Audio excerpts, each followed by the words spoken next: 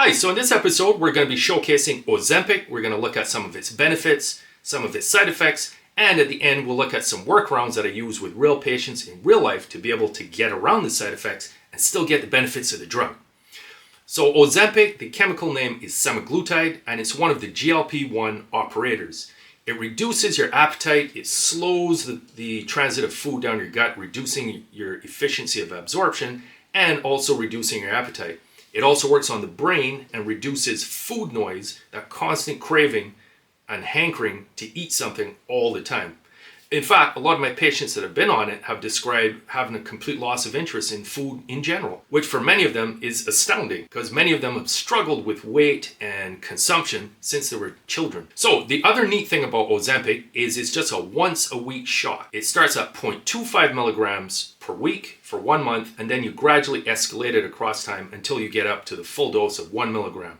And recently, the manufacturers also said you can actually go up to 2 milligrams. This drug is actually licensed for diabetes, but it's just been a happy side effect that it also causes significant weight loss, which reduces all-cause morbidity and mortality for diabetes, and actually in the general population who's overweight in general. So what can you expect from Ozempic in terms of weight loss? Well, across 1 year, users on average will lose about 10% of their body weight. So if you're 250 pounds, you can easily expect to lose 25 pounds within the first year. So that's the good news about Ozempic. Now let's look at the potential bad news in terms of side effects and how we can get around them. Right, so here we go with the 10 most common side effects that Ozempic users complain of. Coming in at number 1, the lion's share was nausea, and that was noticed in 13.6% of users. And to put that in perspective, if we consider my little abacus here, and we imagine that each of these beads is one person. So in my clinic, I have 10 people with 10 rows, so that's 100 people. So I would expect out of 100 clients in my office, I would expect to get 13.5 users complaining of nausea. So you can see that's a fairly significant size. And then now let's go down the row with the others. So at half of that, at 7.6% of users complain of suffering with diarrhea. Number 3 was vomiting, and that was noticed in 5.1%. So it's really dropping. And then next up at number 4 is constipation, and that was noticed in 3.5%. Now I just need to pause here for a second to explain something.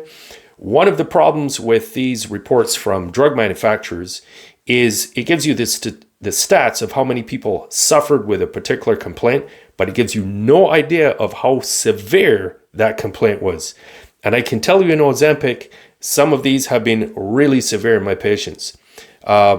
In fact, up to today, I had a lady I just finished talking to a few hours ago that is quitting it because of constipation. And I've had other patients complaining of that as well. We're talking not being able to have a bowel movement for 1-2 weeks, easy. And then I've had cases of people with diarrhea so severe and vomiting so severe that they've actually attended the emergency room, especially when this drug first came out and nobody knew what to expect from it. Now, when I'm first putting patients on Ozempic, I warn them about these gastrointestinal side effects to be on the lookout for. So with the lady I was talking to earlier with the constipation, though, she's lost 40 plus pounds since she was on the Ozempic over the past year. So it's definitely a very effective drug, but you just got to be aware it hits the gastrointestinal system really hard. So you can't really get an impression of the exposure cost from just the stats alone. All right, moving on. Also to do with the gastrointestinal system was belly aches, 3.4% of users. Again, relegated to the gut and digestion was indigestion in 3.1% of users. Then next up at number 7, I think that is fatigue, 1.9% of users. Number 8, heartburn in 1.7% of users. Number 9 was burping in 1.6% of users. So not particularly bad in terms of numbers. And then finally, the life of every party, somebody who's farting. That's 1%. So again, if we look at my little abacus of patients, we are only expecting 1 out of these 100 to suffer with that, and the burping is a serious issue.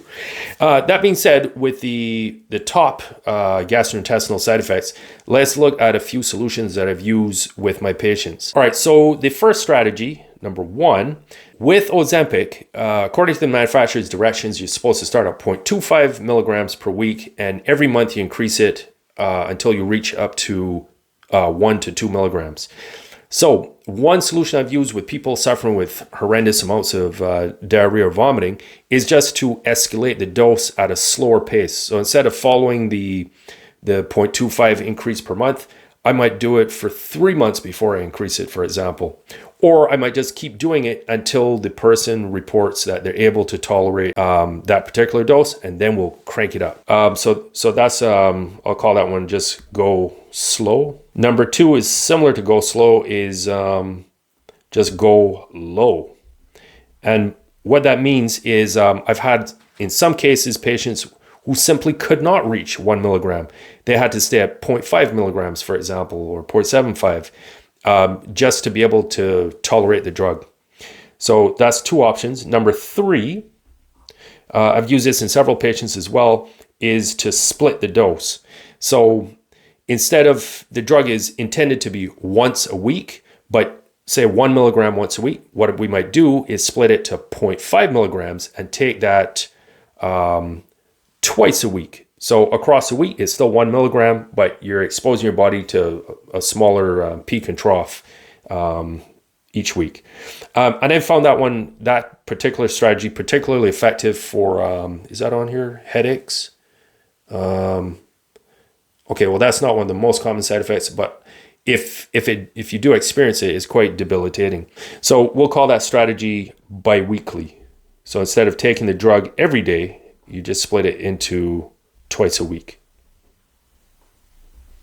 The other thing you always have to remember with these drugs also is sometimes all that's required is patience. If you continue the same dose and you just stick with it, eventually your body will adapt to it.